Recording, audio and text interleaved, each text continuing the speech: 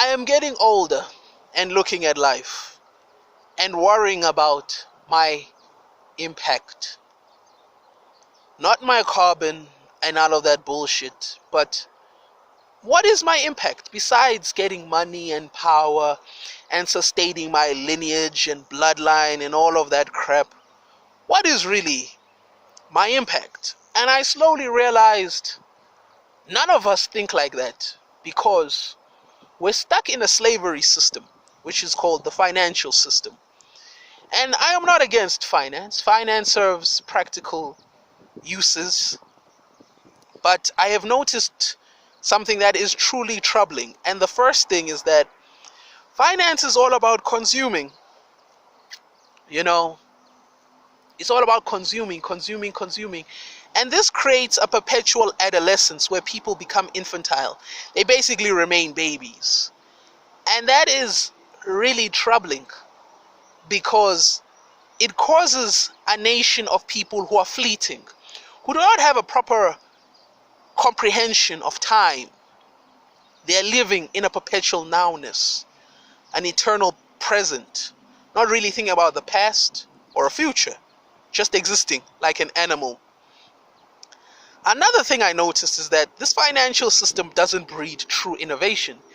Instead, it breeds reinvention and repackaging, which isn't necessarily a bad thing. But when you look at the problems that are brewing, it is a bad thing because you cannot put a band-aid on a gushing wound. The wound needs to be treated beyond the superficial symptoms that have occurred and displayed themselves upon you. It is truly troubling because a nation, if you've studied history, a nation that cannot be innovative goes extinct or gets captured by a stronger nation, e.g. China. And I'm not against China, but Asia will be the new superpower based on the moves they're making and how they're conducting themselves. But if they fix their political situation, they will truly be a superpower. The problem is their political situation and their social situation. But yeah, another thing is nepotism. We pedestalize those of our same kind instead of pedestalizing value. People who bring value, people who actually can do the job. In today's time, what is very valued is feelings, hence nepotism and cronyism. This is obviously a bad thing because as you look at history and the consequences of such behaviors, they lead to social decay, social decline, as well as social collapse, meaning an empire will soon become destroyed. Another thing that is ironic but interesting to look at is that poverty is pushed as growth. What do I mean? We live in a society where poverty is the new ideal. And what do I mean by that? Our society looks at things from a speculative and saturation point of view. What do I mean? I'll use a basic example. Our society advertises to us things we should pursue and chase. Thus we create a speculation of those things without truly recognizing, is this really something I truly need? Thus we all go after it. Once we all go after it, it creates a saturation because not everyone wants that, nor does it really truly fit with their real desires. Thus, poverty is created. It is almost like a weird feedback loop with this speculation and saturation. This is what people need. Everyone runs towards it. And then, because everyone runs towards it, it becomes saturated. Thus creating poverty. Because you cannot put your foot in the game. Too many feet in the game. But I feel like I have to make a video on why poverty pushes economic growth, because I feel I did not really do this topic great justice.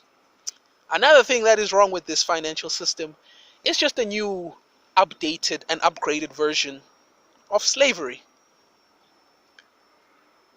If you studied medieval and feudalism, not just in Western culture, but throughout Africa, Asia, South America, America, you name it, it is slavery. It is people being forced to work. Now, I'm not against work.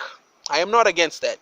But I feel that the problem is that because people are stuck in this hedonic treadmill, I think I really have to make a video on this hedonic treadmill because it's coming up quite a lot.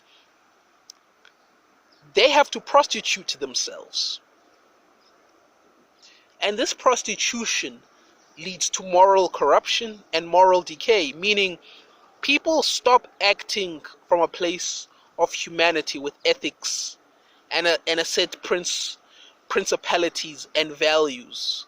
Instead, they operate from a place of consumption. Going back to what I first said, so it's almost like a feedback loop. And then lastly, scarcity. Scarcity is heavily pushed because it drives action.